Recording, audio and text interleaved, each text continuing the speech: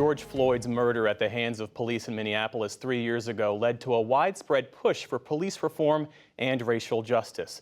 Special correspondent Fred DeSam Lazaro sat down with the new police chief in Minneapolis to talk about the challenges of the past few years and the department's future. Brian O'Hara was sworn in as the 54th police chief in Minneapolis last November.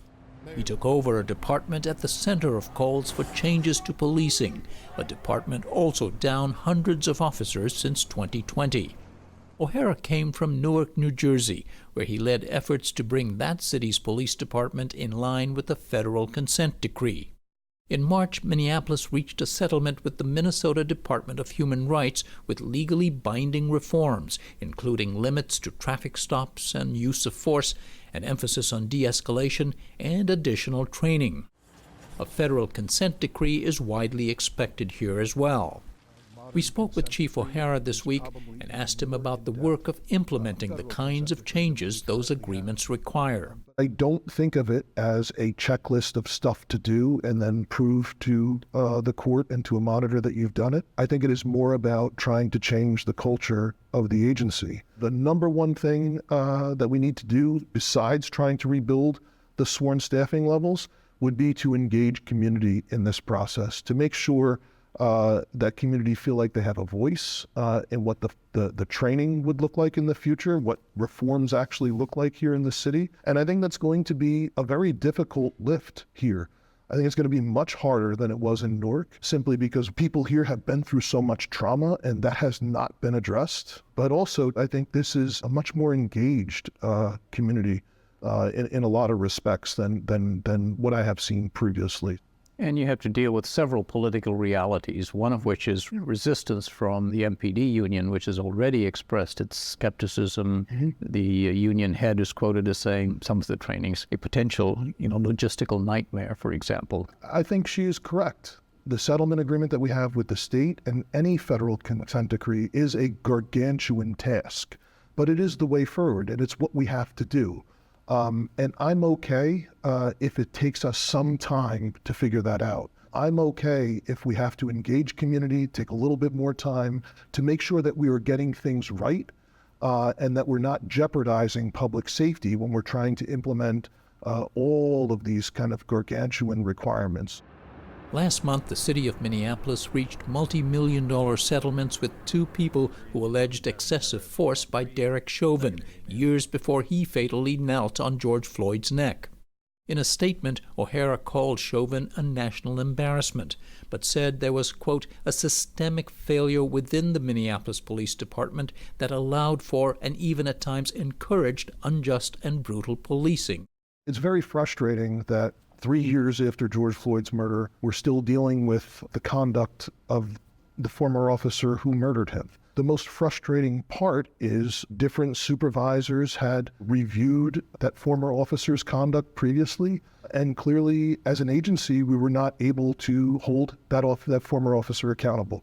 And that's why I think it's very clearly a systems problem, as opposed to trying to just, scapegoat one or two persons here or there. So I think that's why I think it is much deeper than just, dealing with that one former officer.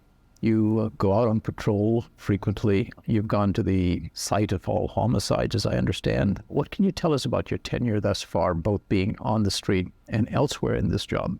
After everything that has happened here, I think people in this community are entitled to a police chief that is engaged. And in order for me to be engaged, I need to be present. Over the last 3 years, the police officers here experienced an incredible amount of trauma. And so to some degree, while people were leaving the job, I think there was definitely, on some level, a retreat from doing police work, from doing, proactive police work. There was a fear. And I think, if we are going to be in a position where both we're going to address serious street crime in a very real way, I have to be able to tell the cops, I need you to do your job. At the same time, we need to be able to earn people's trust. Regardless of whatever settlement agreement there is, regardless of a consent decree, we're going to continue to be present for community, and we're going to continue to be the police. Though higher than before the pandemic, the city has seen a drop so far this year in homicides, shots fired, and carjackings compared to the same time in 2022. O'Hara credits the officers who've stayed with the department. The cops who work in Minneapolis today, who have been here, who have endured, just like our residents, all of this trauma, all of this uncertainty, possibly, disbanding the police department and all these things, I think they are incredibly resilient. But we are definitely at a very, very critical point where we need to keep pushing forward because I do think there's a great risk that we could slide backwards. That push forward has not been without missteps.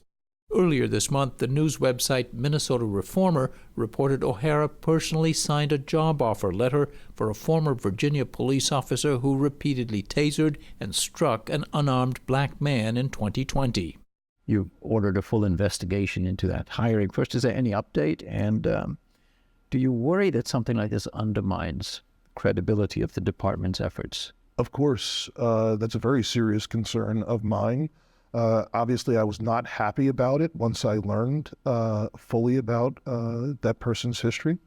But yes, I mean, the matter remains under investigation. The actual process remains under investigation because how could the, if you will, sort of the rubric for conducting these hiring and all the different layers of review that there is in the process, how could something like this not be flagged? I can assure the public that we will be making some very significant changes to the process, to the structure of how these things are conducted to make sure that something like that does not happen again. You'd like to have a few hundred more officers on your staff quickly. Absolutely. What attributes might we see in this new crop that did not exist in prior ones? Police departments everywhere are having, real challenges with staffing levels and finding recruits. But I think nowhere else in the country is it more pronounced than here in Minneapolis. I think there is a very negative perception that is not connected to the reality of who the Minneapolis police officers are today and what we're trying to accomplish. I want to be very intentional about trying to focus on young people from Minneapolis who have connection, who have love for our city, but also on those candidates, wherever they may be, that want to be a part of getting this right. Chief Brian O'Hara, thank you for sharing. We appreciate it. Thank you so much for having me. Fred's Reporting is a partnership with the Undertold Stories Project at the University of St. Thomas in Minnesota.